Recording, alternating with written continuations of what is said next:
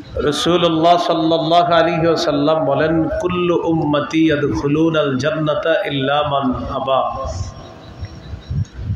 আমার উম্মতের সবাই জান্নাতে যাবে, শুধু তারা যাবে না যারা অস্বীকার করে। প্রশ্ন করা হলো, অস্বীকার কারা করে? রাসূলুল্লাহ সাল্লাল্লাহু আলাইহি সাল্লাম জবাব দিলেন, মান আতাআনি দাখালাল জান্নাহ। যে আমার অনুসরণ করলো সে জান্নাতে প্রবেশ করলো। ওয়ামান আসানি ফাকাদ আবা। যে আমার নাফরমানি করলো সে অস্বীকার করলো, তার ঠিকানা জাহান্নাম। বলি নাউযুবিল্লাহ। সহিহ বুখারীর ৭২৮১ নম্বর হাদিস।